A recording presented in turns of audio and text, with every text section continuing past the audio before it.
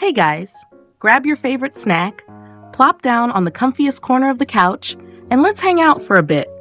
Because today we're diving headfirst into one of my all-time favorite How I Accidentally Became Famous stories.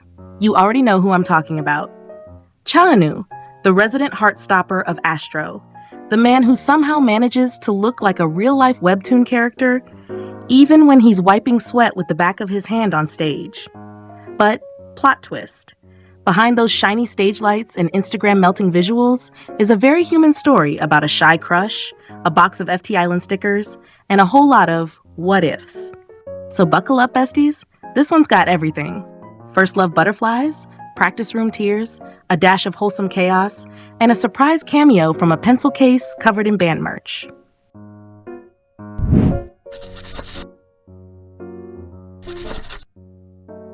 All right, scene one. Middle school era Chaanu, just your everyday smart kid who thought music class was that period you used to catch up on doodling. Back then, he didn't wake up dreaming of 8-count dance breaks or encore stages. He was more of a finish my homework and hit the basketball court kind of dude. Then, enter our mysterious classmate, the girl whose pencil case was practically a FT Island billboard. I'm talking stickers, little guitar doodles, song lyrics scrawled in the margins of her notes. You name it, she had it. And our boy? Totally puzzled. Picture it, Chaanu sitting behind her in math, pretending to solve fractions while secretly trying to decode why she smiled every time Love Sick popped onto her MP3 player. Eventually, curiosity wins. He heads home, types FT Island into the search bar, and suddenly his room is echoing with guitar riffs and Lee Hong-ki's high notes. As he binges MV after MV, something weird happens. He's not just thinking about impressing his crush anymore. The music actually hits him. There's a spark, a hey, this is kind of fun moment that snowballs into late-night karaoke app sessions, and him asking, Mom, do we have a mirror big enough for dance practice? Spoiler, the answer was use the hallway window. Improvise, adapt, overcome. Fast forward a bit, and the guy who once said dancing's not my thing is suddenly dragging a spare desk to the back of class so he can practice footwork during lunch break. Never mind the curious looks from classmates who are just trying to enjoy their kimbap. He still never confesses to that crush. Yeah, the whole heart beating like a drum, words stuck in the throat situation, but she totally changed the trajectory of his life without even knowing it. Kind of poetic, right? Now tell me in the comments. Have you ever been inspired by a crush to try something totally outside your comfort zone? Learning guitar because that one classmate loved John Mayer? Memorizing basketball stats to impress the varsity captain? Spill the tea. I read every single story you dropped below.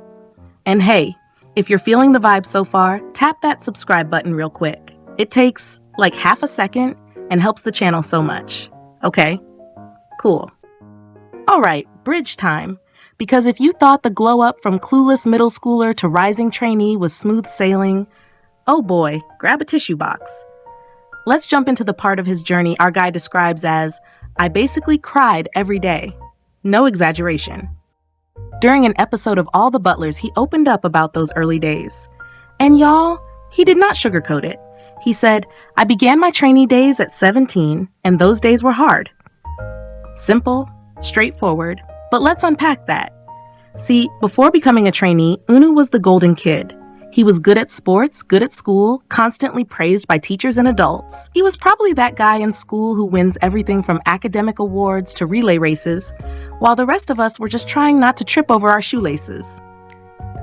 But once he joined the agency and started training, boom, reality slapped him in the face. Suddenly, he wasn't the best anymore. He wasn't even average. He said he was so bad compared to his peers that he got scolded for the first time in his life.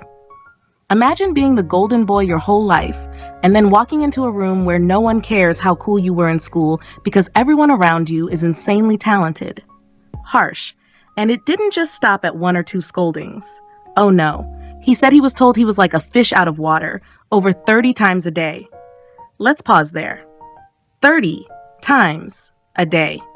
If someone told me I sucked at something 30 times a day, I'd quit and go sell fried chicken or something. But our boy, he stuck it out. Even though he cried every single day, he said he would go back to the dorm, close the door, and just cry. Like clockwork. Every single day. And I know some of y'all are thinking, well, maybe he was just being dramatic, but no. Imagine hearing you're not good enough every single day. Imagine watching other people excel while you're struggling to even keep up. That kind of environment messes with your head. But here's what makes Eunwoo different. He didn't give up. He said, during my 4 years as a trainee, I learned how to be patient. 4 years. 4 years of practicing while feeling like he was never enough. 4 years of crying, working, doubting, and still showing up the next day. Then at 20, he debuted with Astro. He finally made it. But just because he finally debuted at 20 didn't mean the struggle ended there. Oh no, my friends. This was just the start of another uphill climb. Because even after debuting, Astro didn't immediately hit it big. And that surprised a lot of people, honestly. I mean, think about it.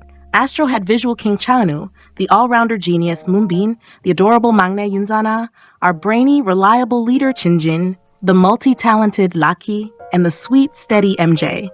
They were the full package. Good vocals, tight choreo, funny on variety shows, visuals that could stop traffic, and yet, for a long time, no music show wins. In the K-pop world, getting your first win is kind of like a rite of passage. It's like finally being acknowledged, like the industry's way of saying, okay, you've arrived. But for Astro, it didn't come easy. They debuted in 2016 with Hide and Seek and immediately gained attention for their refreshing and youthful concept. People loved the bright energy, the colorful schoolboy vibes.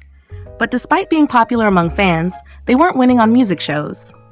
Comebacks came and went. Breathless, Confession, Baby, Crazy Sexy Cool, all bangers, all with their own charm. But still, no trophy.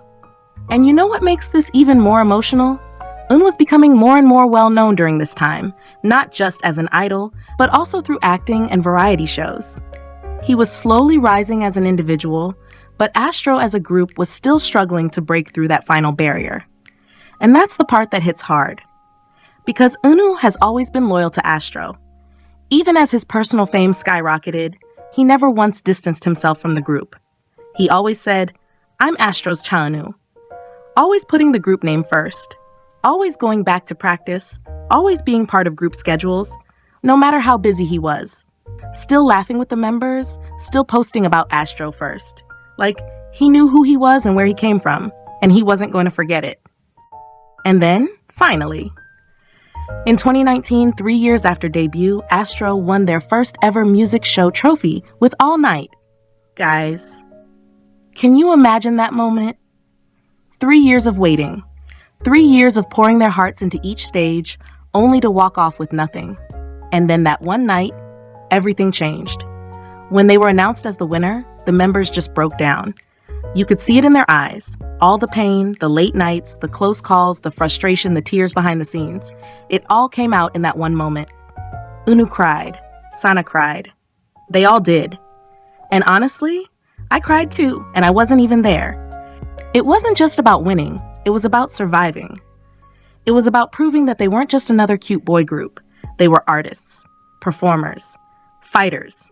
And looking back now, Eunwoo once said that if he had succeeded too easily, maybe he would have turned out arrogant. Maybe he wouldn't have appreciated things the way he does now. But because it took so long, because it was so hard, he learned how to stay humble, how to be patient, how to be kind, even when the world felt cold. And that is what makes Astro and Eunwoo so special. He said, if all of that didn't happen, I might have turned out conceited. I don't think I would have been a better person than I am now. And that right there is why this man has my whole heart. So with all those memories, what's next for our beloved prince? Well, if you've caught recent interviews, you'll notice Chaeunwoo talking about writing more music himself. Imagine that. The kid who Googled FT Island because of a crush now grabbing a guitar to pen songs of his own. Full circle, right? We're manifesting big things. Maybe a self-composed comeback track titled Pencil Case Destiny? Hey, I'd stream it. Before you go, hit me with your biggest takeaway in the comments. Was it the power of a simple crush, the endurance forged through countless scoldings, or the brotherhood built over late-night ramen catastrophes? I love reading your thoughts, and I reply to as many as humanly possible. Please don't forget to subscribe, like, and share if this video made you laugh, sigh, or suddenly want to listen to FT Island on repeat. It seriously helps the channel grow and lets me keep telling these stories like we're just chatting in my living room. Thanks for watching. Aroha, and soon to be Aroha alike, you're the reason these late night script sessions with cold coffee are worth every second. See you in the next one.